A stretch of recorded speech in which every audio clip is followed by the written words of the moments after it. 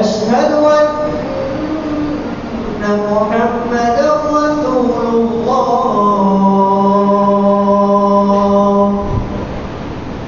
حي على الصلاة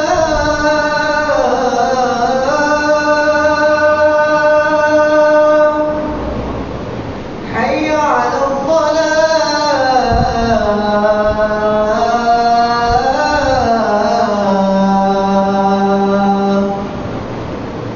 حي على الفلاح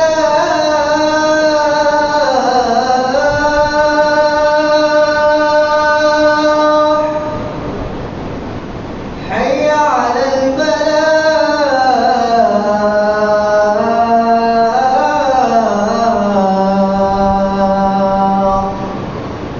الله أكبر الله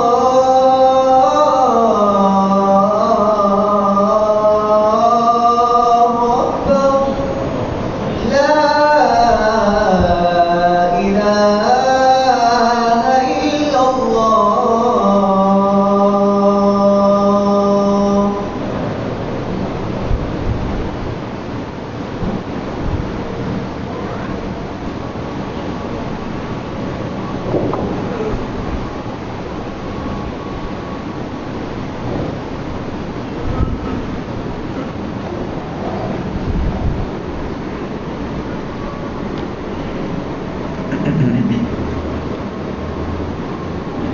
إن الحمد لله نحمده ونستعينه ونستغفره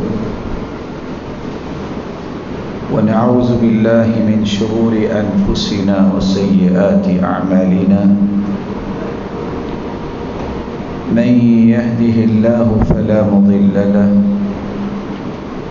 ومن يضلل فلا هادي له وأشهد أن لا إله إلا الله وحده لا شريك له وأن محمدا عبده ورسوله. يا أيها الذين آمنوا اتقوا الله حق تقاته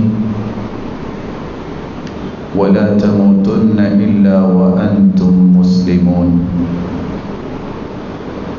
يا أيها الناس اتقوا ربكم الذي خلقكم من نفس واحدة وخلق منها زوجها وبث منهما رجالا كثيرا ونساء واتقوا الله الذي تساءلون به والأرحام إن الله كان عليكم رقيبا. يا أيها الذين آمنوا اتقوا الله وقولوا قولا سديدا يصلح لكم أعمالكم ويغفر لكم ذنوبكم ومن يطع الله ورسوله فقد فاز فوزا عظيما. أما بعد فأعوذ بالله من الشيطان الرجيم. لن ينال الله لحومها ولا دماؤها ولكن يناله التقوى منكم كذلك سخرها لكم لتكبروا الله على ما هداكم وبشر المحسنين. اللہ ذوالجلال جو ہم سب کے خالق و مالک ہیں اور وہی اکیلی ذات قادر مطلق ہے، اس کا احسان عظیم ہے کہ اس نے ہمیں جہاں ایمان اور اسلام کی نعمت سے نوازا، وہاں ایمان اور اسلام کو بڑھانے کے لیے ایسے موسم رکھے جس سے ایمان کا لیول بڑھ جاتا ہے، اور ان ایام میں کیے گئے اعمال کو اللہ نے بہت بڑی فضیلت سے نواز رکھا ہے۔ یہ اس کا فیصلہ ہے، وہ چاہے تو کسی وقت کو فضیلت سے نوازے، کسی جگہ کو فضیلت سے نوازے، کسی عمل کو فضیلت سے نوازے، یا کسی ذات کو صاحب فضیلت بنا دے۔ کس قدر یہ عظمت کی بات ہے۔ جو دن مبارک گزرے ہیں، اللہ کے پیغمبر نے کس خوبصورتی سے اس پہلو کو واضح کیا۔ 55 سال اگر ہم یہاں نماز پڑھتے ہیں باجوان، تو جتنا اجر ملتا ہے ایک نماز بیت اللہ میں پڑھنے کا اجر ان 55 سال کی نمازوں سے زیادہ ہے۔ یہ اس کی حکمت ہے، اسی کا ہی فیصلہ ہے کہ اللہ نے اس جگہ کو فضیلت سے نوازا۔ 83 سال 4 مہینے اگر کوئی عبادت کرتا ہے، اس کے مقابلے میں لیلۃ القدر کی رات جو عبادت کر لے، اللہ اسے 83 سال 4 مہینوں کی عبادت سے زیادہ اجر و ثواب سے نواز دیتے ہیں۔ یہ بھی اسی کا ہی فیصلہ ہو کہ ایک رات کو اتنا عظیم بنا دے۔ احد پہاڑ جتنا سونا ہو اور وہ سارے کا سارا اللہ کی راہ میں خرچ کر دیں تو جتنا اجر ملے گا، ایک صحابی اگر اپنے ہاتھ کی مٹھی بھر کے جو اللہ کی راہ میں دے دے تو اس کے اجر کو احد پہاڑ جتنا سونا نہیں پہنچ سکتا۔ یہ تو اس کے فیصلے ہیں، صحابہ کو یہ شان دے دی۔ میں اور آپ اور ہمارے جیسے لاکھوں لوگ اگر ساری زندگی بھی سجدے میں پڑے رہیں تو قیامت کے دن ترازو کے دونوں پلڑے نیکیوں سے کیسے بھریں گے؟ وہ تو پلڑے اتنے بڑے ہیں، لو وضعت السماوات والارض ومن فيهن في كفة لوسعتهن۔ ساتوں آسمان اور ساتوں زمینیں اگر اس ترازو کے ایک پلڑے میں ڈال دی جائیں تو ایک پلڑا بھی بھرے گا نہیں، اتنا عظیم ترازو۔ لیکن یہ فیصلہ ہے نا میرے رب کا، جو اس نے اپنے پیغمبر کی زبان سے کروایا، والحمدللہ تملأ المیزان، جو خوشی سے الحمدللہ کہتا ہے، اس سے قیامت کے دن ترازو کے دونوں پلڑے نیکیوں سے لبالب بھر جائیں۔ اس عظیم خالق و مالک نے اپنی کتاب میں ایک فیصلہ سنایا ہے، اس کا ہر فیصلہ ہی بڑا ہوتا ہے، اس کے ہر فیصلے میں کوئی نہ کوئی حکمت ہوتی ہے، اور ان حکمتوں سے آشنا کوئی نہیں ہے۔ جس حکمت کو بیان کر دیا انبیاء نے، اس کو آگے پہنچا دیا۔ اللہ تعالیٰ نے اس خوشی کے موقع پہ، جس کو قربانی کا موقع کہتے ہیں، ایک فیصلہ سنایا ہے جس کو آج ہم نے سمجھنا ہے۔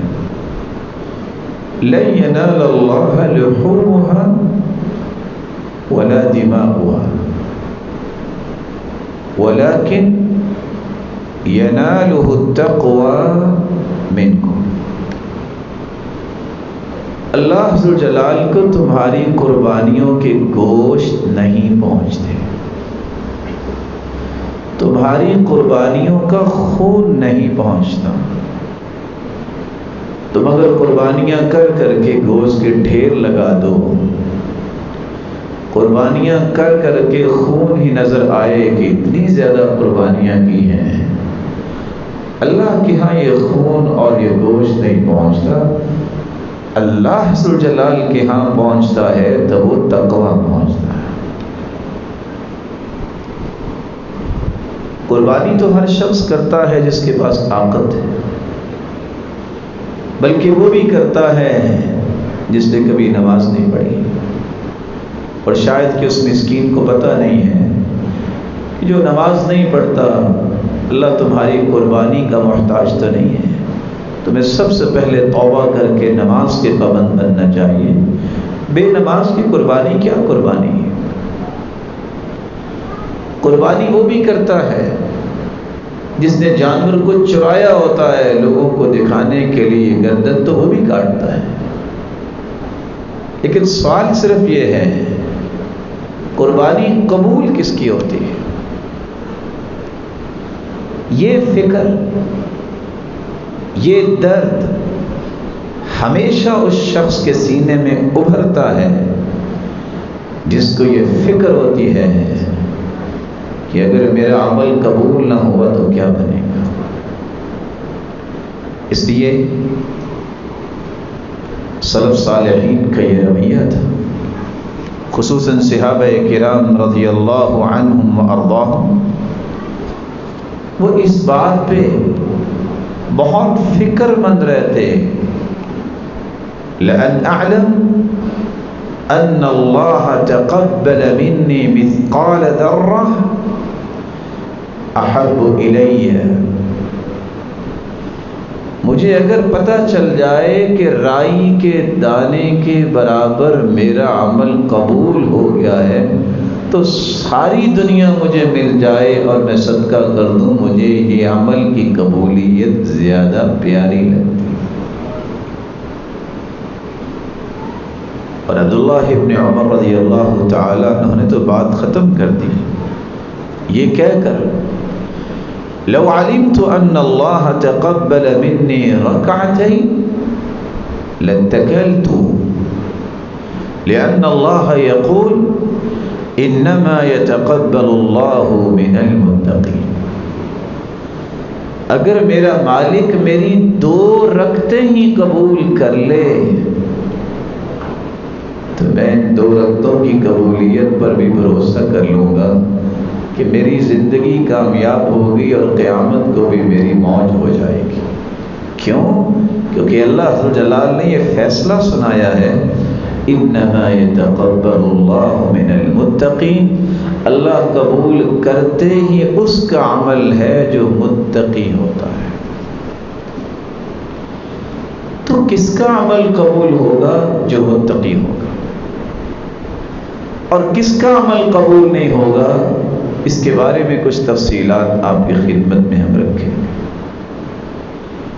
میں اور آپ کیسے پہچان سکتے ہیں کہ میری قربانی اور میری عبادت قبول ہوئی ہے؟ اور تقوی کے کون سے زاویے ہیں جن پہ ہم نے کبھی توجہ ہی نہیں دی؟ مجھے یہ سمجھنا چاہیے کہ اگر میں متقین کی صف میں شامل ہونا چاہتا ہوں، اگر میں اپنی عبادت اور قربانی کو قبول کروانا چاہتا ہوں تو مجھے تقوی کے یہ 10 زاویے ہمیشہ یاد رکھنے چاہیے. پہلا زاویہ یہ سیدنا علی رضی اللہ تعالیٰ عنہ نے بیان کیا ہے، الخوف من الجلیل والعمل بالتنزیل والقناعة بالقلیل والتزود لیوم الرحیل. وہ متقی جس کی اللہ قربانی قبول کرتے ہیں اس کی زندگی کا پہلا زاویہ یہ ہوتا ہے اس کے دل میں خوف اللہ کا ہوتا ہے. اس کے عمل پہ چھاپ ہوتی ہے تو قرآن و سنت کی چھاپ ہوتی ہے. اس کے پاس کچھ ہے یا نہیں ہے، وہ قناعت کو اپنی زندگی کا تھیم بناتا ہے، شکوہ شکایت نہیں کرتا. وَالتَّزَوُّدُ لِيَوْمِ الرَّحِيمِ، اسے یہ فکر دامن گیر رہتی ہے میری قیامت کے دن کیفیت کیا ہوگی، میری آخرت کیسے ہوگی. اگر میرا اور آپ کا یہ دعویٰ ہے کہ ہم متقین کی صف میں شامل ہیں، یہ شامل ہونا چاہتے ہیں، تو قربانی کرنے کے بعد آیا یہ چاروں کی چاروں کیفیتیں میرے اندر اور آپ کے اندر پیدا ہو گئی؟ یہ مجھے اور آپ کو سوچنا ہے. عبداللہ ابن مسعود رضی اللہ تعالیٰ عنہ نے تقوی کا ایک دوسرا زاویہ بیان کیا، ان یطاع فلا یعصى، ان یشکر فلا یکفر، ان یذکر فلا ینسى۔ متقی ایسے انسان کو کہتے ہیں جو اطاعت و فرما برداری کو اپنا شعار بنائے، سلوگن بنائے، اللہ عز و جلال کی نافرمانی سے اپنے آپ کو بچائے، جو اللہ عز و جلال کے ذکر کو اپنا شعار بنائے، اس کو کبھی بھلائے نہیں، جو اللہ عز و جلال کی نعمتوں پر ہر وقت شکر گزاری کرتا نظر آئے، اس کی زبان بھی بولے الحمدللہ الذی بنعمتہ تتم الصالحات، اور اس کا جسم بھی اس بات کی گواہی دے، کبھی سجدے میں، کبھی رکوع میں، کبھی قیام میں، کبھی ہاتھ اٹھے ہوئے ہیں، کبھی آنکھوں سے آنسوں کی رچم جاری ہے، یہ وہ شکر گزار ہے جس کو متقی کہتے ہیں۔ آیا یہ تینوں وصف میرے اور آپ کے اندر آ گئے؟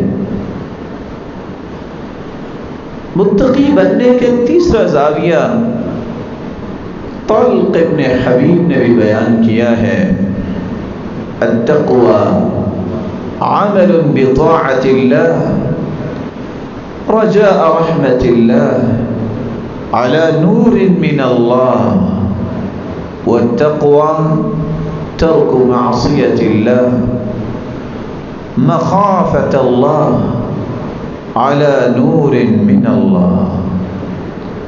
متقی وہ ہوتا ہے جو اللہ کی اطاعت اس امید سے کرتا ہے کہ میں اللہ کی رحمت کا مستحق بن جاؤں، کیونکہ رحمت کے بغیر کسی نے جنت نہیں جانا۔ ساری زندگی سجدے میں پڑا رہے، عمل کی وجہ سے کوئی جنت نہیں جائے گا۔ لَن يَدْخُلَ أَحَدُكُمُ الْجَنَّةَ بِعَمَلٍ، کوئی شخص عمل کی وجہ سے جنت نہیں جائے گا۔ صحابی نے سوال کیا وَلَا أَنْتَ يَا رَسُولَ اللَّهِ، اللہ کے پیارے پیغمبر آپ بھی؟ قَالَ وَلَا أَنَا إِلَّا أَن يَتَغَمَّدَنِ اللَّهُ بِرَحْمَتِهِ، میں بھی اپنے اعمال کی وجہ سے نہیں، اللہ کی رحمت کی وجہ سے جنت ہوں۔ اس نظریے سے اللہ کی اطاعت کی جائے کہ میں اللہ کی رحمت کا مستحق بن جاؤں، اور یہ اطاعت من مرضی کی نہیں، اپنی پسند ناپسند کے مطابق نہیں، یہ اطاعت علی نور من اللہ، اللہ نے جو روشنی اور نور قرآن مجید اتارا ہے اس کے تناظر میں اطاعت ہو۔ اطاعت کہلاتی ہی وہ ہے جس پہ قرآن و سنت کی چھاپ ہو۔ جو عمل قرآن و سنت کے مطابق نہیں، وہ کیا بھی جائے تو اطاعت شمار ہی نہیں ہوتی، وہ تو مردود عمل ہے۔ من عمل عملا لیس علیہ امرنا فهو رد، ای مردود۔ جو رسول اکرم صلی اللہ علیہ وسلم کے لائے ہوئے دین کی روشنی میں عمل نہیں ہے، نبی مکرم کی سنت کے مطابق نہیں، وہ تو عمل مردود ہے۔ معصیت سے اس نظریے سے بچیں، گناہ کیوں نہیں کرنا؟ اس لیے نہیں کہ مجھے موقع نہیں ملا،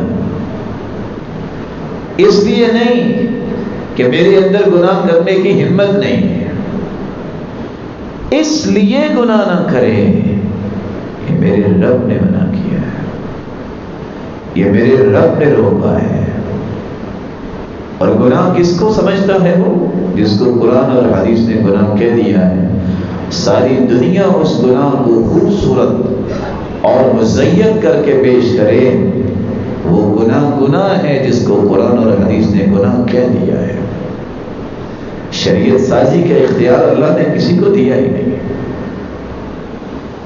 تقوی کا یہ زاویہ بھی ہمیں یاد رکھنا چاہیے ہمیں اللہ کی رحمت کی امید رکھ کے اور اللہ کے عذاب سے بچنے کے لیے گناہوں سے بھی بچنا ہے اور نیکیاں بجا لانی ہے۔ متقی لوگوں کی قربانی قبول ہوتی ہے، اور تقوی کا یہ چوتھا زاویہ ہے جس سیدنا حسن بصری رحمۃ اللہ علیہ بیان کر رہے ہیں۔ المتقون اتقوا ما حرم اللہ علیہم وَأَدَّوْا مَا افْتَرَضَ اللَّهُ عَلَيْهِمْ۔ متقی وہ ہوتا ہے جس چیز کو اللہ نے فرض کر دیا نا اس میں کمی نہیں کرتا۔ متقی وہ ہوتا ہے جس کے بارے میں حرمت کے لفظ آگے ہیں، یہ حرام ہے، متقی اس کے قریب نہیں جاتا۔ آیا قربانی کے بعد ہماری فرض نمازیں باجماعت ہوئی، یا کہ گوشت اور اس خوشی کے موقع پہ آپے سے باہر ہو کے نمازیں ضائع ہو رہی ہیں؟ کہ کوئی بات نہیں، مشغولیت تھی، بھلا اللہ کے رسول سے بڑھ کے بھی دنیا میں کوئی مشغول تھا؟ بھلا اس ہستی سے زیادہ بھی کوئی دنیا کا خیر خواہ تھا؟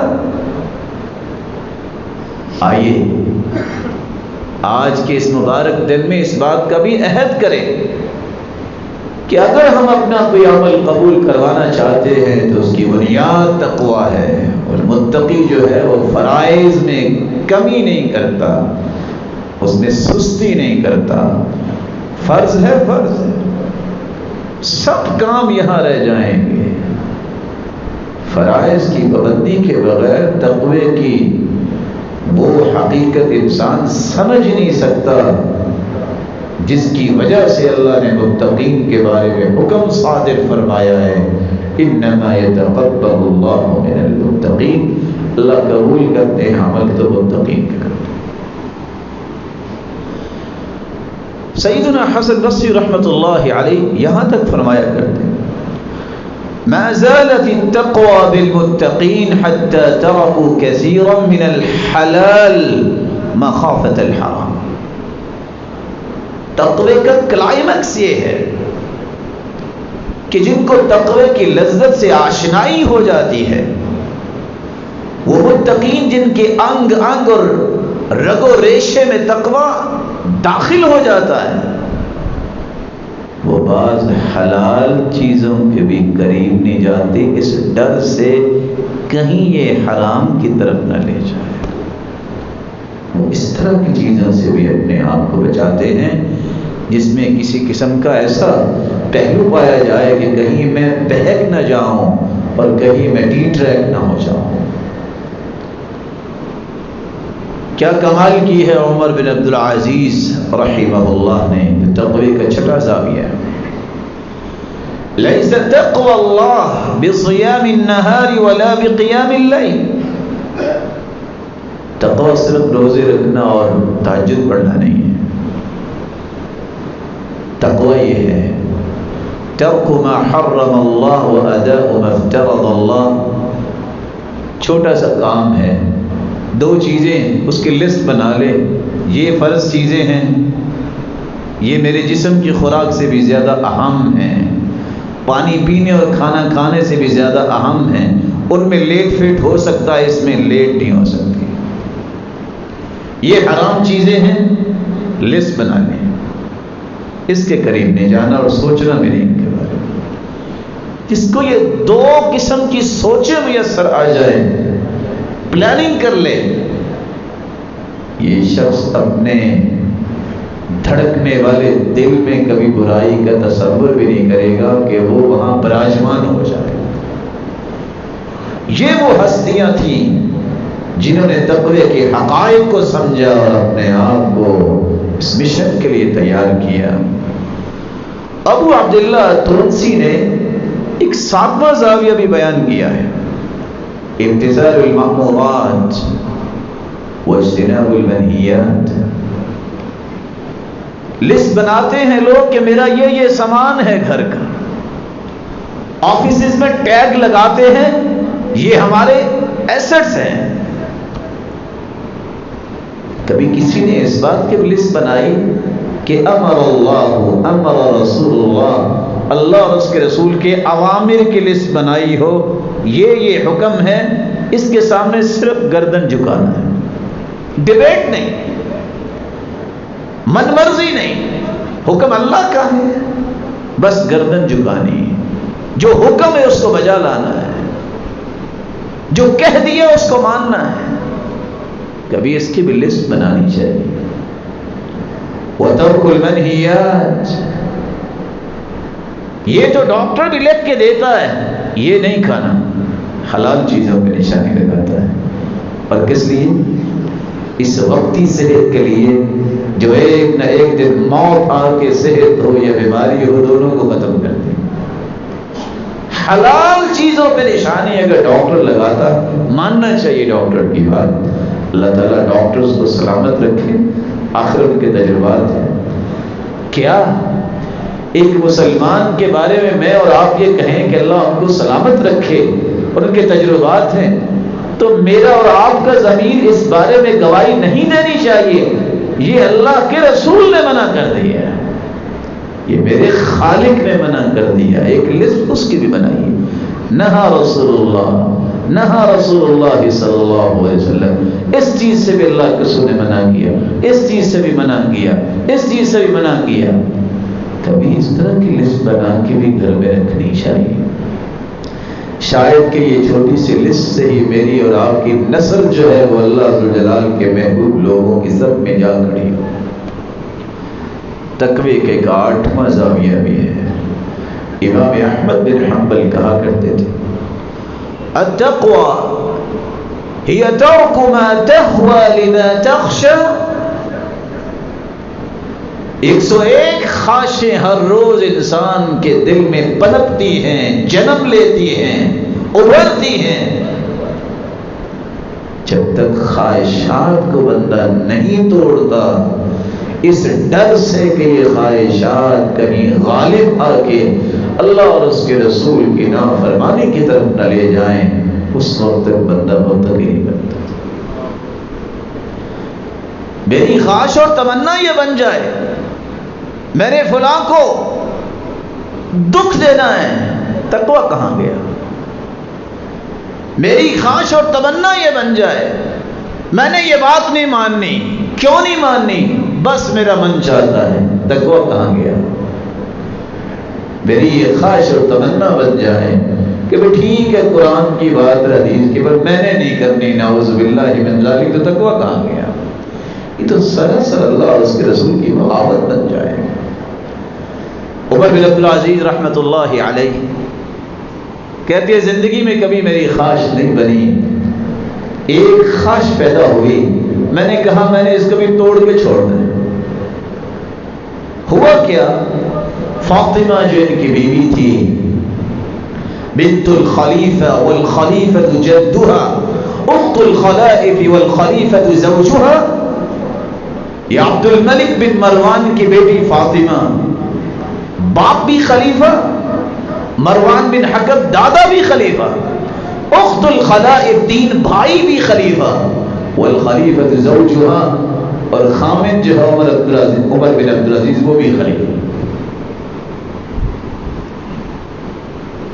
باپ نے اپنی بیٹی کو ایک ہیرا دیا تھا۔ عمر بن عبدالعزیز نے جب خلافت سنبھالی تو 2 باتیں پیش کی کہ فاطمہ اگر میرے ساتھ رہنا ہے تو یہ ہیرا جو ہے یہ بیت المال میں جمع کروا دو، اور اگر ہیرے کو اپنے پاس رکھنا ہے تو مجھ سے جدا ہو جاؤ۔ انقلاب ایسے آتے ہیں، اور ایسا ہی ہوا، فاطمہ نے ایسا ہی کیا۔ پھر تاریخ نے کیا رقم کیا؟ وہ باپ جس کی وراثت میں کتنے لاکھ دینار بچے، بیٹوں کو 1 لاکھ دینار ملا۔ عمر بن عبدالعزیز سے پہلے جو خلیفہ تھے 1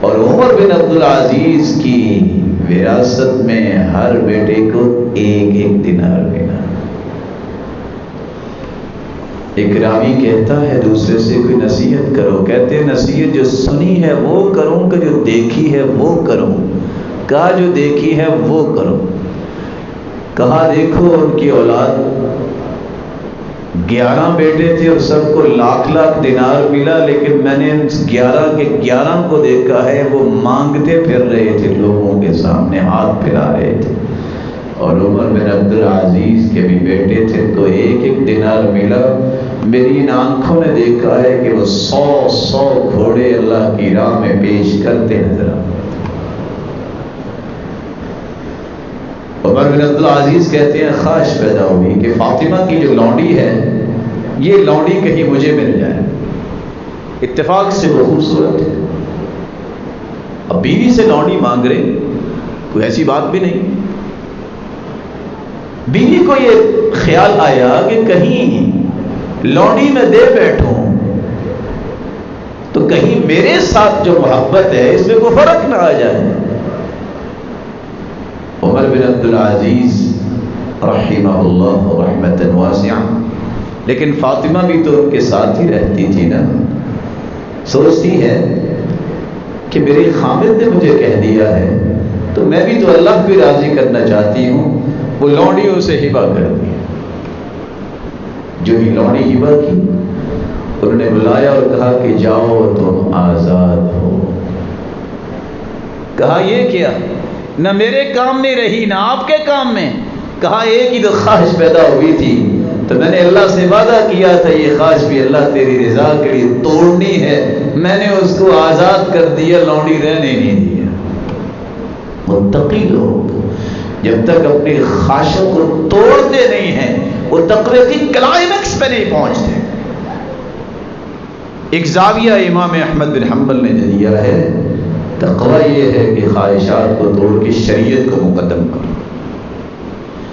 امام نووی رحمۃ اللہ علیہ اسی زاویے کی کچھ اور پہلو پیش کرتے ہیں۔ التقوی کلمۃ جامعہ لفعل الواجبات وترک المنہیات۔ مجھ پہ یہ واجب ہے تو مجھے واجبات کی ہر وقت پابندی کرنی ہے، ان پہ نظر رکھنی ہے کہ چھوٹ نہ جائے۔ جو ممنوع کام ہے ان کے قریب نہیں جانا، کہیں میں قریب چلا نہ جاؤں، اس بات پہ پہرا دینا، یہ تقوی ہے۔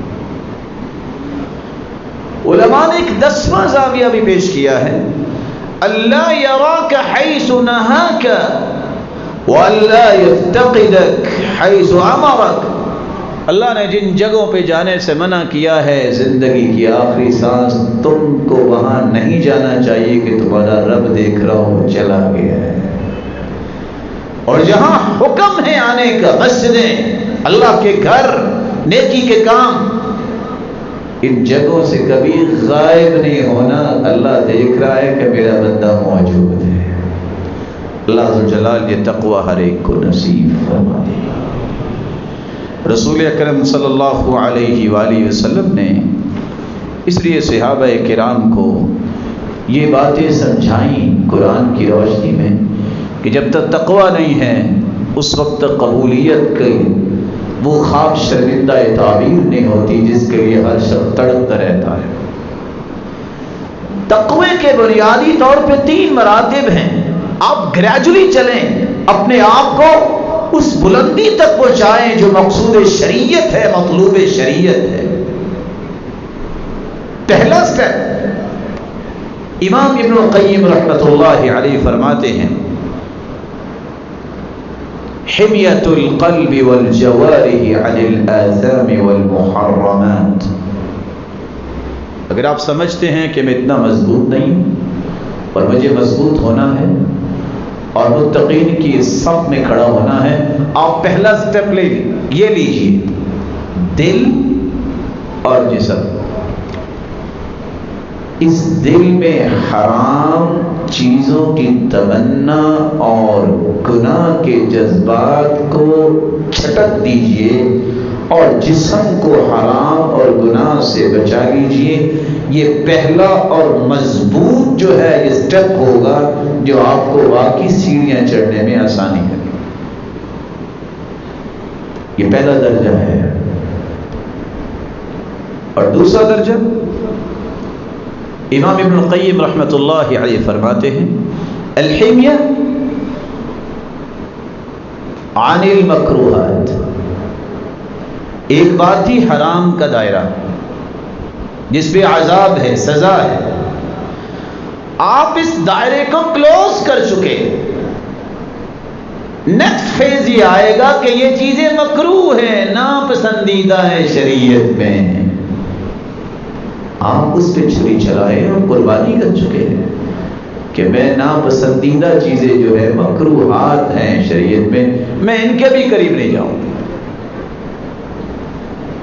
تھرڈ سٹیپ یہ ہے جب آپ نے حرام کو کنٹرول کر لیا، مکروہات پہ اپنا ضبط قائم کر لیا، الحمیہ عن الفضول وما لا یعنی. بہت سے لوگ متقی ہوتے ہیں لیکن لا یعنی چیزوں میں وقت بھی گزار لیتے ہیں، بیٹھے ہیں، وقت کا کوئی خیال نہیں. یہ ایسے امور پہ اپنے آپ کو لگا دیتے ہیں جس کا کوئی بھی دینی اور دنیاوی فائدہ نہیں ہے. یہ تقوی کا آخری درجہ ہے کہ جو انسان حرمت کے دائرے کو کلوز کرنے کے بعد، مکروہات کو سٹاپل کرنے کے بعد جب اس درجے پہ آتا ہے کہ میں نے فضول چیزوں کے بھی قریب نہیں جانا، لا یعنی گفتگو، لا یعنی کام، لا یعنی معاملات اور مشغولیات کو ٹوٹلی ترک کر دینا ہے. یہ ایسا پاکیزہ انسان ہے، پھر اس کا عمل اللہ عز و جلال پھر قبول بھی کرتے ہیں اور اس کے لیے اپنے فرشتوں کے سامنے اللہ عز و جلال فخر بھی کرتے ہیں. اس لیے امام ابن القیم رحمۃ اللہ علیہ کہا کرتے تھے قبولیت کے 3 درجے. ایک قبولیت کا درجہ یہ ہے میں نے اور آپ نے نماز پڑھی، جلدی جلدی پڑھ کے فارغ ہوئے، بس عذاب سے بچ گئے. نظر تو آئے کہ رکوع سجدہ ہو رہا ہے لیکن کم از کم عذاب سے بچ گئے. فرض کی ادائیگی کی کیفیت یہ. قبولیت کا دوسرا درجہ یہ ہے کہ اللہ نے عذاب سے بھی بچایا اور فرض بھی ادا ہو گیا، اس نماز کو بہتر بنا لیا. اور اصل قبولیت کا درجہ یہ ہے کہ جو فرض آپ ادا کر رہے ہیں وہ ادا بھی ہو گیا، عذاب سے بھی بچ گئے، اور اس دن سے اللہ کھربوں فرشتوں کے سامنے تمہاری تعریفیں شروع کر دیتے ہیں. یہ قبولیت کا سب سے اعلیٰ درجہ ہے. اللہ یہ درجہ ہر ایک کو نصیب فرما دے. رسول اللہ صلی اللہ علیہ وآلہ وسلم پر قرآن نازل ہوا. آپ ذرا غور کیجئے کہ کتنی بڑی اور مہم بات ہے کہ اللہ عز و جلال نے رفتہ رفتہ ایک ایک زاویے کو کور کیا ہے تو تقوی کے ذریعے. وَلَقَدْ وَصَّيْنَا الَّذِينَ أُوتُوا الْكِتَابَ مِنْ قَبْلِكُمْ وَإِيَّاكُمْ أَنِ اتَّقُوا اللَّهَ. جن لوگوں کو بھی کتاب کی نعمت سے نوازا ہے سب کو تقوی کا حکم دی، عمومی حکم پوری کائنات. پھر اللہ عز و جلال نے کیا کیا؟ یا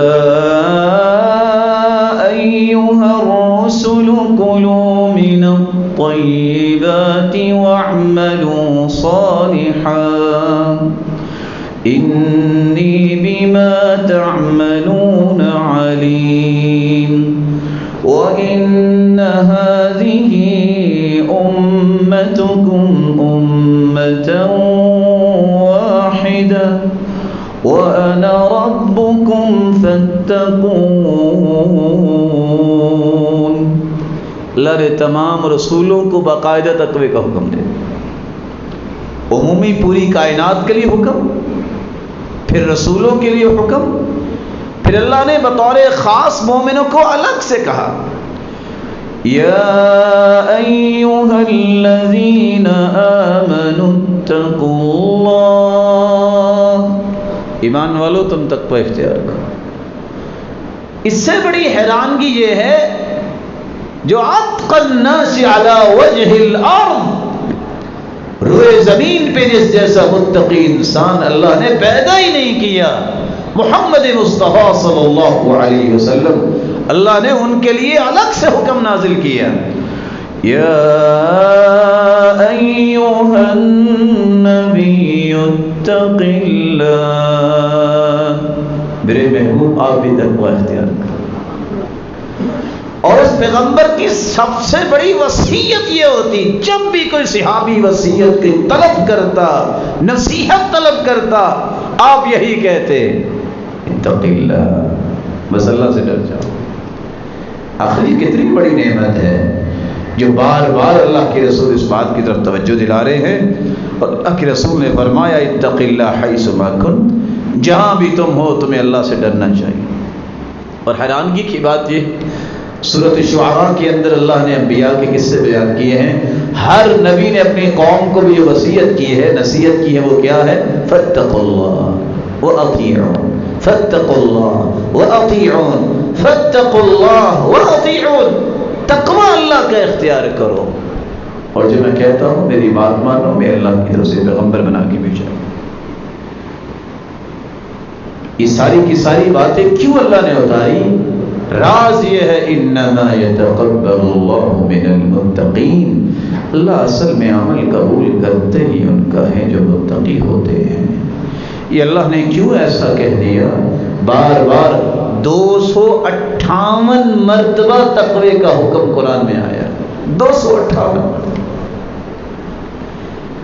تقوی نہ ہو کبھی انسان کا علم نفع مند نہیں ہوتا، درجنوں ڈگریاں اپنے پاس رکھی ہوں، تقوی نہیں ہے، اس کے پاس علم نہیں ہے۔ واتقوا اللہ ویعلمکم اللہ، تقوی اختیار کرو گے اللہ وہ علم دے گی جو تھوڑا سا علم بھی بہت بڑے علم پہ حاوی ہو جائے گا، ایسا بابرکت علم ہوگا، کوئی بڑی ڈگری بھی نہیں ہے، لیکن تقوی ہے اللہ اس قدر اس کے علم کو بابرکت بناتے، اس کے فیض کو دنیا کے کونے کونے تک پہنچاتے ہیں۔ بنیاد ڈگری نہیں ہوتی، بنیاد اللہ کا خوف اور خشیت الہی ہوتی ہے۔ یہی وجہ ہے کہ سلف صالحین کے پاس تو پی ایچ ڈی کی ڈگریاں نہیں تھیں، وہ تو ماسٹر نہیں کیے ہوئے تھے، لیکن کیا کمال کا ان کا تقویٰ تھا، کیا کمال کی ان کی خشیت تھی کہ ان کی زبان سے نکلنے والی بات دل میں اثر کرتی تھی۔ اور کتنے لوگوں کے ساتھ زندگی میں ایک ملاقات ان کی ہوئی اور پوری پوری زندگی تبدیل ہو گئی۔ سبب کیا ہے؟ تقوی کی ایک پاور ہے، ایک قوت ہے، زبان سے نکلنے والی بات پھر انسان کے دل پہ اثر کرتی ہے۔ اللہ عز و جلال نے اسی لیے اس کو حق و باطل کے درمیان حد فاصل قرار دے دیا۔ قرآن کہتا ہے یا ایھا الذین آمنوا ان تتقوا اللہ یجعل لکم فرقانا وَيُكَفِّرْ عَنْكُمْ سَيِّئَاتِكُمْ، تم تقوی اختیار کرو گے تمہارے اندر ایک صلاحیت پیدا ہوگی جو خریدنے سے، پیسہ لگانے سے نہیں ہو سکتی پیدا۔ وہ صلاحیت کیا ہے؟ حق و باطل میں تمیز کرنے کی صلاحیت آئے گی، آپ کو اللہ وہ درک عطا کریں گے، وہ فکر اور سوچ وہ آپ کے اندر پیدا ہوگی، یہ حق ہے یہ باطل ہے، یہ پیمانہ ملتا ہے تو ملتا ہی اس کو ہے جس کے اندر تقویٰ ہوتا ہے۔ وگرنہ پڑھے لکھے بھی جھوٹ بول رہے ہیں، پڑھے لکھے بھی فراڈ کر رہے ہیں، پیمانے کہاں اور پیمانے ٹوٹ جاتے ہیں جب تقویٰ نہیں ہوتا۔ اس لیے حسن بصری نے کہا تھا، جب کہا کسی نے کہ بتائیے علم کس کو کہتے ہیں، کہا العلم هو خشیت اللہ، علم جو ہے وہ کتابیں جمع کرنے اور پڑھنے کی وجہ سے نہیں ملتا، علم تو اللہ کی خشیت کا نام ہے۔ اور یہی وہ راز تھا جو صحابہ کرام کے پاس تھا، جس راز کے ذریعے اللہ نے ان کو اتنی بلندیوں سے نوازا۔ اور سچ کہا امام شافعی نے، عليك بتقوى الله إن كنت غافلا يأتيك بالأرزاق من حيث لا تدري فكيف تخاف الفقر والله رازق فقد رزق الطير والحوت في البحر ومن ظن أن الرزق يأتي بقوة ما أكل العصفور شيئا مع النسر تزول عن الدنيا فإنك لا تدري إذا جن عليك الليل هل تعيش إلى الفجر فكم من صحيح مات من غير علة وكم من سقيم عاش حينا من الدهر وكم من فتى أمسى وأصبح ضاحكا وأكفانه في الغيب تنسج وهو لا يدري فمن عاش 1000 و2000 فلا بد من يوم يسير إلى القبر علیک بتقوی اللہ ان کنت غافلا اے غفلت میں پڑے انسان اب بھی وقت ہے کہ تم تقوی اختیار کر لو. کیا ہوگا؟ رزق تمہیں وہاں سے اللہ عطا کریں گے جہاں تمہاری سوچ پہنچ ہی نہیں سکتی. اور یاد رکھنا تم فقیری کا ڈر اپنے دل میں کیوں سمو لیتے ہو؟ اللہ تو رزق دینے والا ہے. اور یاد تمہیں ہونا چاہیے کہ اللہ تو سمندروں کی تہ میں مچھلیوں کو بھی رزق دیتا ہے, ہواؤں اور فضاؤں میں تیرتے ہوئے پرندوں کو بھی رزق دیتا ہے. اور جس شخص کا یہ گمان ہے کہ جس کے پاس طاقت ہو, سکلز ہوں, ایکسپرٹیز ہوں, یا اس کے پاس مینرز ہیں, ایتھکس ہیں, ہیبز ہیں, تب اسے رزق مل رہا ہے, یہ غلط سوچتا ہے. اگر قوت کے ساتھ رزق ملتا تو چڑیا کو تو کچھ نہ ملتا. اگر انگلیاں ہی ہاتھ جو ہے کماتی تو جن کے ہاتھ کٹے ہیں وہ تو بھوکے مر جاتے. ایسا نہیں ہوتا. امام شافعی فرماتے ہیں تم دنیا کو چھوڑ کے چلے جاؤ گے ایک نہ ایک دن اور تمہیں کچھ پتا نہیں. صبح کے وقت خرامی اٹھ کے باہر نکلتے ہو, نہ جانے یہ فجر جو طلوع ہوئی ہے یہ سورج غروب ہوگا کہ نہیں ہوگا, تیری زندگی کا سورج غروب ہو جائے گا. اور اس لیے امام شافعی کہا کرتے تھے کتنے لوگ صحت مند بغیر بیماری کے ہی مر جاتے ہیں اور کتنے بیمار جو ہیں وہ کتنے سال چارپائی پہ پڑے رہتے ہیں. مت سمجھو کہ بیماری موت ہے, یہ اللہ ذوالجلال کا فیصلہ ہے. اس کے ذریعے تمہارے گناہ بھی معاف ہوتے ہیں, درجے بھی بلند ہوتے ہیں اور بسا اوقات اپنے ہاتھوں کی کمائی بھی ہوتی ہے. اور کتنے لوگ صبح اور شام مسکرا رہے ہوتے ہیں اور ان کو کچھ پتہ نہیں ہوتا کہ ان کا کفن جو ہے وہ بنا جا چکا ہے, بس درزی کے ہاتھ میں آنے والا ہے کہ وہ اس کو ٹھیک کر کے آپ تک پہنچائے گا اور تمہیں قبر میں ڈال دیا جائے. اور یہ یقین ہونا چاہیے کو 1000 سال یا 2000 کی نیت کر بیٹھا ہے کہ میں نے 2000 سال زندہ رہنا ہے, پھر کہاں جائے گا؟ پھر بھی تو قبر میں جانا ہے. پھر اس قبر کی تیاری کرنے کی تقوی سے بڑھ کے کوئی نعمت نہیں ہے. اللہ ہم سب کو متقی بنائے اور سب کی قربانیاں اور عبادتوں کو قبول فرمائے. وآخر دعوانا الحمد للہ.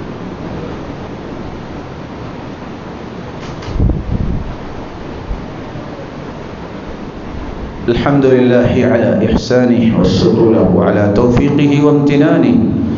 أما بعد فأعوذ بالله من الشيطان فإنه عدو للإنسان.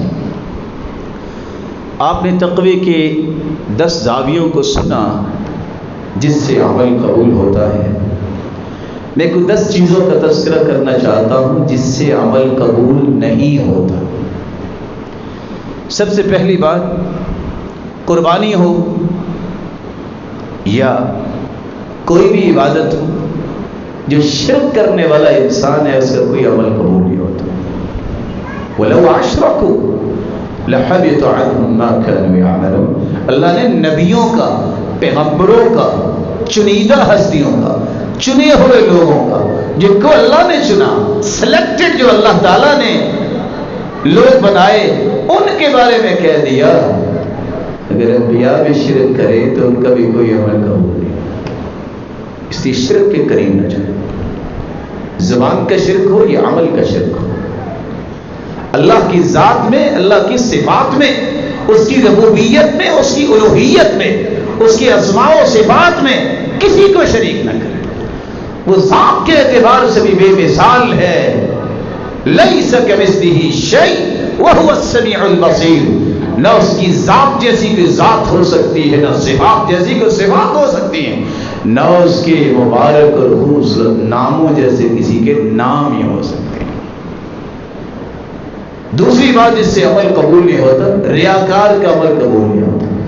آپ نے 10 لاکھ کی قربانی بھی لی ہے، مقصود یہ ہے پتہ چل جائے کہ فیصل آباد کو کہ یہ شخص نے قربانی کی ہے. اگر ریاکاری مقصود ہے، یاد رکھنا عمل قبول نہیں ہوگا. رسول اکرم صلی اللہ علیہ وسلم نے کتنی بڑی بات کہتی. جب صحابی نے پوچھا کیا خیال ہے، ایک بندہ جہاد کرتا ہے، جہاد عظیم کام، ذروۃ سنامی، اسلام کی کوہان، یہ جنت کا دروازہ، اتنا بڑا کام کرنے والا بھی اگر میدان میں اترتا ہے، نیت یہ ہے شہید ہو جاؤں اور ساتھ نیت یہ بھی ہے کہ شہرت بھی ہو جائے. اللہ کے رسول اس کو کیا ملے گا؟ اللہ کے رسول نے جو سینٹینسز استعمال کیے ہیں، فرمایا لا شیء لہ، شیء نکرہ ہے اور نفی کے سیاق میں آ رہا ہے. والنکرۃ تدل علی العموم، تم کہتے ہو کچھ ملے گا، اسے کچھ بھی نصیب نہیں ہوگا. اور یہ دنیا میں ریاکاری کے لیے نمازیں پڑھتے ہیں، کوئی عمل کرتے ہیں، قیامت کا دن ہوگا، اللہ عز و جل نور کے پردے ہٹائیں گے اپنی پنڈلی مبارک سے. یکشف ربنا تبارک و تعالی عن ساقی، ہر مومن مرد اور مومنہ عورت سجدے میں گر جائے، لیکن ریاکار سجدہ نہیں کر پائیں گے. کلما ذهب ان يسجد خر على قداه، سجدہ کرنے کی تمنا بھی ہوگی، کرنا چاہیں گے، یعود ظہرہ طبقا واحدا، کمر تخت بن جائے گی، آگے نہیں پچھلی طرف گر جائیں گے. اس لیے میں آپ سے دست بدستہ گزارش کروں گا، شرک اس کے قریب نہ جانا، دعا کیا کرے اللہ شرک کی ہوا بھی نہ لگے، ریاکاری سے بچے. بار بار یہ لفظ اپنی زبان پہ لائے، اللہم انی اعوذ بک ان اشرک بک شیئا وانا اعلم واستغفرک لما لا اعلم. یہ پڑھنے سے انسان کو اللہ شرک اکبر اور اصغر ریاکاری سے محفوظ فرما دیتا.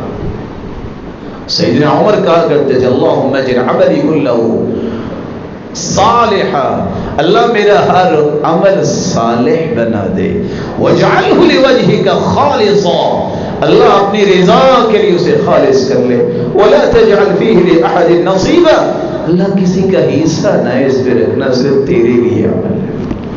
تیسرا عمل جو اللہ کے رسول کی نافرمانی ٹھٹائی سے کرتا ہے، کہتا پھر کیا ہے، میں نہیں مانتا کسی کی بات. ایسے لوگوں کے اعمال ضائع ہو جاتے ہیں، اعمال قبول نہیں ہوتے. قرآن مجید میں اللہ جلال نے کہہ دیا ہے وَلَا تَجْهَرُوا لَهُ بِالْقَوْلِ كَجَهْرِ بَعْضِكُمْ لِبَعْضٍ أَن تَحْبَطَ أَعْمَالُكُمْ وَأَنْتُمْ لَا تَشْعُرُونَ. اللہ کے رسول زندہ تھے جب، ان کی بات اس مبارک ہستی کے سامنے اونچا بولنا جو ہے کس قدر برائی تھی پتہ ہی نہیں چلتا، عمل ضائع ہو جائیں. اب وہ ہستی تو اللہ کے پاس ہے، اس کی زبان سے نکلنے ہوئے کلمات، وہ حدیث بھی جب آ جائے تو حدیث سننے کے بعد بھی آواز کو بلند نہیں کرنا چاہیے. صرف ایک بات، یہ اللہ کے رسول کا فرمان ہے، میں مان گیا. میری عقل سمجھتی ہے یا نہیں سمجھتی، یہ میری عقل کا قصور ہو سکتا ہے، محمد مصطفیٰ سے بات اگر ثابت ہو گئی ہے تو میں اس کو مانتا ہوں، میں اسے تسلیم کرتا ہوں. ایک چوتھا کام جس سے انسان کے اعمال اکارت چلے جاتے ہیں، کبھی تقدیر کو نہ جھٹلانا. تقدیر اللہ جلال کا اندازہ ہے اور اللہ کو زیادہ علم ہے کہ کس کو کیا ملنا چاہیے اور کب ملنا چاہیے اور کیسا ملنا چاہیے، یہ اس کو پتا ہے. مجھے اور آپ کو بھی میرے اور اپنے بارے میں اتنا نہیں پتا جتنا میرے مالک کو پتا ہے، کیونکہ اس نے ہمیں پیدا کیا. حدیث کے الفاظ ہیں، 3 لوگ جو ہیں ان کا کوئی عمل قبول نہیں ہوتا. عاقل، والدین کا نافرمان، منان، احسان جتلانے والا، ومکذب بالقدر، اور تقدیر کو جھٹلانے والا. اللہ نے قیامت کے دن سوال کرنا عمل کیا ہے کہ نہیں، یہ نہیں سوال کرنا کہ تم نے تقدیر کو ڈھونڈا کہ نہیں ڈھونڈا، کیا لکھا ہے، کسی کو پتا کیا لکھا ہے. جب برائی کر لیتا ہے کہتا ہے تقدیر میں لکھا ہے، اگر کوئی نیکی اور اچھائی ہو جائے، کوئی انعام مل جائے، کہتا ہے دیکھا یہ میری پاورز ہیں، یہ میری تکنیک ہیں، یہ ٹیکنیکس کی وجہ سے میں نے یہ کام کیا، وہ بھی اللہ نے لکھا تھا، اور میرے بھائی وہ بھی اللہ نے تمہیں انعام دیا ہے۔ کسی بھول میں جا کے اپنے آپ کو خسارے میں نہ لے جاؤ۔ پانچواں کام جس سے عمل ضائع ہو جاتا ہے، حدیث میں آتا ہے جو کسی کاہن نجومی کے پاس جاتا ہے۔ آج ایمان اتنے کمزور ہو گئے، لوگ اونٹ کی ہڈیاں چھپا رہے ہیں، جادو نہیں ہوتا، اور بعض لوگ کہتے ہیں کہ اونٹ کی ہڈی رکھنے سے بندہ مالدار ہو جاتا ہے۔ اللہ آپ سب کو سلامت رکھے۔ یہاں جتنے مالدار ہیں، کیا ان کے گھر میں ہڈیاں ہی پڑی ہیں تبھی مالدار ہوئے ہیں؟ وہ اللہ نے انہیں مال دیا ہے۔ یہ دقیانوسی باتوں کو چھوڑو مسلمانوں، اپنے عقیدے پہ آؤ، منہج پہ آؤ۔ کسی بابے کے پاس، نجومی بابے کے پاس مت جاؤ، کسی پامس کے سامنے ہاتھ نہ پھیلاؤ۔ حدیث میں آتا ہے جو کسی کاہن نجومی کے پاس جاتا ہے، صرف پوچھ لے بتاؤ میری قسمت کیسی ہے، پوچھنے پر ہی 40 دن کی عبادت قبول نہیں ہوتی۔ اور جو تصدیق کر دے کہ اس نے سچ کہا ہے، وَقَدْ كَفَرَ بِمَا أُنزِلَ عَلَى مُحَمَّدٍ، اس نے تو اللہ کے رسول پہ نازل ہونے والے قرآن کا انکار کر دیا۔ ویسے کہ راز کی بات ہے، اگر یہ کبوتر لے کے جو فٹ پاتھ پہ بیٹھا ہے، اگر اتنا ہی یہ کرمی والا ہوتا تو یہ فٹ پاتھ پہ زندگی گزارتا ہے، اس کی کچھ 6-8 کنال کی کوٹھی ہوتی۔ یہ دھکے کھا رہا ہے، ون سمنی جو ہے اس کے سامنے دھول آتی ہے اور بیٹھا ہے، اور آپ کو قسمت بتا رہا ہے۔ بعض لوگوں کو اللہ نے بڑی جرت دی ہوتی ہے، وہ ہمارے ایک ساتھی تھے، وہ اتفاق سے ان کی 2 شادیاں تھیں۔ وہ کہتا ہے جی سر ذرا ہاتھ دیکھیے گا، میری شادی نہیں ہو رہی۔ اس نے کہا ابھی 5 سال انتظار کرو۔ اس نے 1 لگائی۔ اس نے کہا میں نے دیکھنا یہ تھا کہ تم کرتے کیا ہو۔ دوسرا کہتا جی میرا بھی ہاتھ دیکھیں، میں آپ کو تھپڑ ماروں گا کہ نہیں ماروں گا۔ وہ بیچارہ ڈر گیا، اگر میں نے کہہ دیا ماروں گا پھر تو اس نے مارنا ہی مارنا، اگر میں نے کہہ دیا کہ نہیں مارنا اس نے پھر بھی مارنا ہے۔ کہتا جی میری روٹی کی بات ہے تو آپ جانے دے۔ اللہ سے ڈرو، اپنے ایمان کو ضائع نہ کرو۔ 5 وقت کا نمازی ہو، صبح و شام کے اذکار کا پابند ہو، اس کو کیا مسئلہ ہے کہ وہ نجومیوں کے پاس جا کے اپنا ایمان جو ہے وہ ختم کر لے۔ جو نجومیوں کے پاس جاتا ہے، اس طرح کے بنگالی بابوں کے پاس جاتا ہے، اس کے اعمال اخارت چلے جاتے ہیں۔ چھٹا عمل جس سے عمل قبول نہیں ہوتا، حرام لقمہ جب پیٹ میں جائے تو عمل قبول نہیں ہوتا۔ اللہ سب کو حلال اور وافر نصیب فرمائے کہ وہ حرام کی طرف سوچے بھی نہ۔ 7ویں بات، جو قتل کرتا ہے کسی مسلمان کو، صرف قتل نہیں کرتا، سننا اتبع قتلی، فخر بھی کرتا ہے۔ اڑایا کہ نہیں اڑایا؟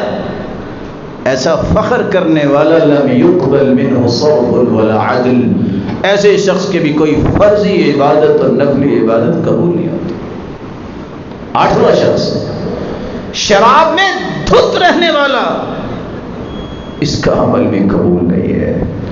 الخمر ام الخبائث، یہ خباثتوں کی ماں ہے۔ مفتاح کل شر، دوسری حدیث میں ہر شرارت کی جڑ ہے، چابی ہے۔ شرابی تو ایسا ہے کہ عابد وزن، کسی بت کا جیسے پجاری ہے۔ وشارب الخمر كعابد اللات والعزى، صحیح الجامع کی روایت ہے، شرابی تو ایسا ہے یہ لات اور عزا کی عبادت کرنے والا ہے۔ رسول اکرم صلی اللہ علیہ وآلہ وسلم نے اس لیے فرمایا تھا جن 3 لوگوں میں جنت حرام ہے ان میں ایک وہ بھی ہے مدمن الخمر، جو شراب میں دھت رہتا ہے۔ اللہ ہم سب کو محفوظ فرمائے۔ جو 1 گلاس شراب پی لیتا ہے لن تقبل له صلاة 40 صباحا، 40 دن تک اس کی نماز قبول نہیں ہوتی۔ ایک 9واں عمل بھی ہے، آپ بغیر وضو کے نماز پڑھتے ہیں، آپ کی نماز قبول نہیں ہوگی۔ خیال کیا کریں، شک آ گیا ہے فوراً وضو کریں، وضو کے بغیر نماز نہیں ہوتی۔ حدیث میں آتا ہے ایک شخص کو حکم ہوا اس کو 100 کوڑے لگائے جائے، روتا رہا اللہ سے معافی مانگتا رہا. حکم ہوا ایک کوڑا لگائیں، ایک کوڑا اسے لگایا گیا. فامتلأ قبره نارا، اس کی قبر آگ سے بھر گئی. پوچھتا ہے علی ما جلدتمونی، کیوں مجھے مار رہے ہو؟ جواب ملا انک صلیت صلاۃ واحدا بغیر طہور، تم نے ایک نماز بغیر وضو کے پڑھی ہے. یہاں ذمہ داری ہے اساتذہ کی جو کہیں پڑھاتے ہیں، بچوں پہ اتنا روک نہ ڈالیں کہ اگر ان کے غسل فرض ہے اور انہوں نے وضو نہیں کیا تو بغیر وضو کے کہیں نماز نہ پڑھے. والدین کو بھی اللہ سے ڈر جانا چاہیے، وہ اپنی اولادوں کی بھی نگرانی کریں کہ کہیں ان کے خوف سے بغیر وضو کے نماز نہ پڑھے. ان کے اندر اللہ کا خوف آنا چاہیے. اللہ کے رسول صلی اللہ علیہ وآلہ وسلم نے یہ بھی فرمایا جو عورت خوشبو لگا کے مسجد آتی ہے اس کی نماز بھی قبول نہیں ہوتی.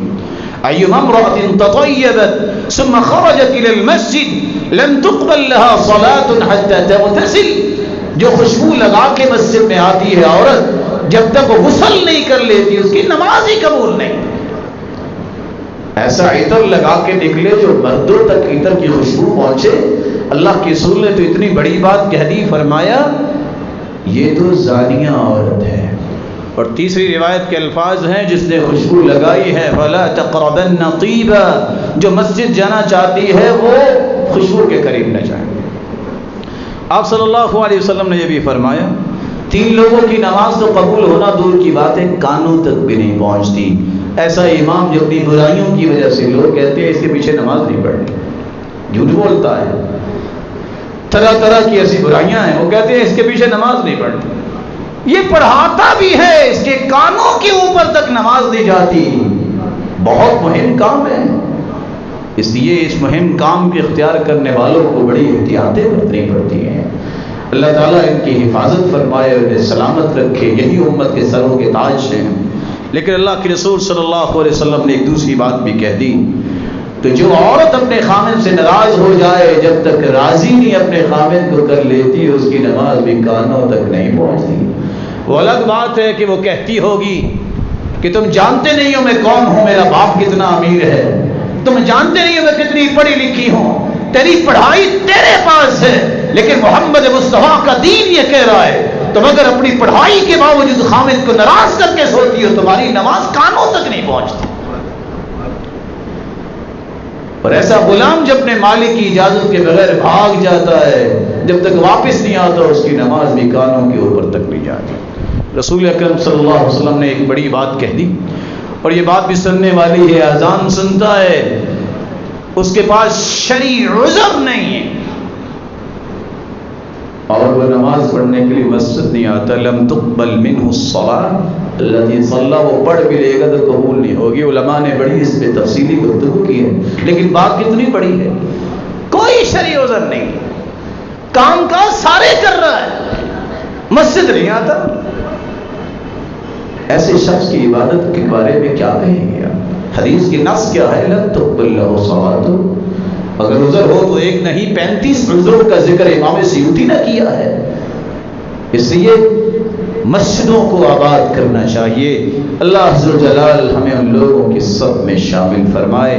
مدینے والوں کو جو ڈراتا ہے ایسے انسان کے بارے میں بھی اللہ کے رسول نے فرمایا اس کی فرضی اور نفلی عبادت کو قبول نہیں کیا جاتا. جو کسی بدعتی کو جگہ دیتا ہے یا اپنی نسبت تبدیل کرتا ہے، یہ خاندان ہے، کہتا ہے اس خاندان کی تو لوگوں کیا عزت نہیں، اپنا سابقہ لا کر نئے خاندان کا لگا لیتا ہے، نسبت باپ کی طرف نہیں کسی اور کی طرف کر لیتا ہے، خاندان تبدیل کرتا ہے. اس پہ اللہ کی بھی لعنت ہے، فرشتوں کی بھی لعنت ہے، پوری دنیا کی لعنت ہے. اس کے فرض اور نوافل کچھ بھی قبول نہیں. اور آخری گزارش، رسول اللہ صلی اللہ علیہ وآلہ وسلم کے فرامین تو آپ نے سنے. دنیا میں سب سے بڑے وہ لوگ ہیں جن کو اللہ نے علم اور عمل سے نوازا ہے، اور سب سے پیارے اللہ کے نزدیک وہ ہیں جو 5 وقت مسجد میں آتے ہیں. 5 وقت اللہ ان کو عرش کا سایہ نصیب فرمائیں گے. تو جو رہتی مسجدوں میں ہیں وہ اللہ کے کتنے پیارے ہوں گے. عبداللہ ابن المبارک رحمہ اللہ جو 10 لاکھ حدیثوں کے حافظ تھے، ان کی سب سے بڑی تمنا یہ ہوتی تھی کہ کوئی عالم مجھے ملے میں اس کے ساتھ کھڑا ہو جاؤں۔ وہ کہا کرتے تھے میں نے زندگی میں تجارت کی ہے تو کی اس لیے ہے، لولا خمسہ ما تجرت، اگر 5 علماء نہ ہوتے میں تجارت ہی نہ کرتا۔ السفیانان، سفیان بن عیینہ، سفیان ثوری، فضیل ابن عیاض، ابن سماک اور ابن علیہ، اور ساتھ کہا کرتے تھے ان علماء کے ساتھ جب تک ہم کھڑے نہیں ہوں گے دین کیسے چلے گا۔ اس لیے مسجدوں کی آباد کاری اور علماء ان کی تعلیمات کو دنیا کے کونے کونے تک پہنچانا اس دور کے اندر سب سے بڑا کام ہے۔ کیوں سب سے بڑا کام ہے؟ آپ کے کچھ 36 چینلز ہیں، کبھی کسی نے کشمیر کا ظلم نہیں دکھایا ہوگا، کبھی کسی نے فلسطین کے بارے میں ڈاکومنٹری نہیں دکھائی ہوگی، ہر وقت آواز اٹھے گی تو دیندار کے خلاف۔ ان مسجدوں کی آباد کاری، ان مدارس کی آباد کاری جن کی وجہ سے آج دین زندہ ہے، وہ لبرلز، وہ لوگ جن کے اندر خوف خدا نہیں ہے، ان کی زبانیں پلید جب بھی بولتی ہیں ان لوگوں کے حوالے سے بولے گی جو اللہ کے دین کی آبیاری کے لیے دن رات لگانے والے ہیں۔ اللہ ذو الجلال ہمیں ایسے لوگوں کی سب میں شامل فرمائے جو اللہ کے گھروں کو آباد کرنے والے ہیں۔ حدیث کے الفاظ ہیں، قیامت کو آواز آئے گی این جیرانی، میرے پڑوسی کدھر ہیں؟ کوئی جواب نہیں دے گا۔ جبریل کو اجازت ملے گی، وہی پوچھیں گے یا اللہ آپ کا پڑوسی کیسے کو ہو سکتا ہے؟ حَلْ يَنبَغِي لِأَحَدٍ أَن يُجَاوِرَكَ، آپ تو خالق، باقی سارے مخلوق۔ جواب ملے گا اَيْنَ عُمَّارُ الْمَسَاجِدِ، کہاں ہیں مسجدوں کو آباد کرنے والے، بنانے والے، اس میں دین کا کام کرنے والے؟ آج وہ میرے پڑوسی ہیں۔ اللہ ذو الجلال ہمیں ایسے لوگوں کی سب میں شامل فرمائے جو قیامت کے دن اللہ تعالیٰ کے پڑوسی بنے، اور اللہ ذو الجلال ہمیں زندگی کی آخری سانس تک مسجدوں سے اور قرآن سے جڑے رکھے، اور قیامت کو اپنے محبوب کا ساتھ نصیب فرمائے اور اپنا دیدار نصیب فرمائے۔ وآخر دعوانا الحمدللہ۔